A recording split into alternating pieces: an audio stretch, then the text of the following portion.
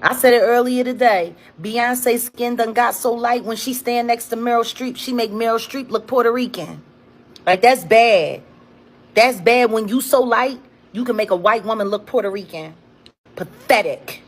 A billionaire with bad credit that can't get a loan and got to refinance a multi-million-dollar home so he can build a hideaway for him and his wife, who's just as big a thief as he is and big a liar as he is. Now that this case between Jay-Z and Diddy has been dismissed,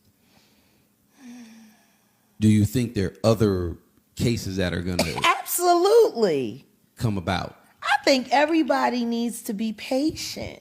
I think everybody needs to wait. Anytime they're doing this much misdirection, anytime they got thumbnails on YouTube running round the clock with this much just like misdirection, and something else is happening. I wish I could say more. Y'all just gonna have to stick around. If Trump was smart, and I'm not saying he's not or whatever because he's shrewd as hell, but in this particular instance, if the president of the United States wanted to be a bit more skillful, a bit more shrewd, instead of truculent and disrespectful, maybe, just maybe, he would try a new strategy. And you know what that strategy could easily be, ladies and gentlemen? Bring up Bill Clinton.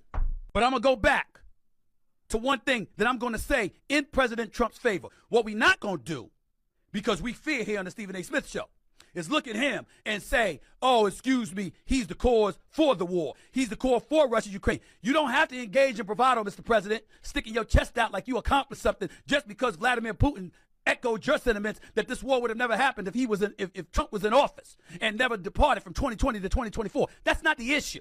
What you should be saying is, yo, I didn't start this. I didn't put Ukraine at the incredible disadvantage that it was at. I didn't ask them to get rid of all of their nuclear warheads. I didn't ask them to give it and return it back to Russia. I didn't make this deal with them. Clinton did. He's the one that disarmed them. He's the one that weakened Ukraine. He's the one that made promises to them that have been unkept by administrations to follow. Which, by the way, is Obama to some degree, because if Clinton made that promise and that commitment, and then 20 years or so later, Obama is in office, and that's when Russia invades and takes over Crimea, and we do little to nothing about it, even though they're in clear, stark violation of what was promised by them to the Clinton administration, to the UK, in the Budapest Memorandum. Then what the hell is up? That ain't on Trump. That's on them. So what Trump is doing right now is not ideal. Damn it, I don't think it's that impressive. I think it's a bunch of pomp and circumstance. But we ain't going to act like he caused this now. It's Democrats in office. It was Biden in office when the full-fledged war against Ukraine took place, courtesy of Russia's instigation, no matter what they tried to say to Trump.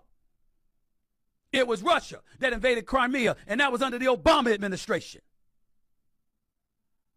It was Clinton in office when you made a deal that disarmed the Ukraine and therefore weakened them, leaving them dependent on the United States. And now, here they are having to beg for support that they're owed because of what we promised them as a nation. We promised them this.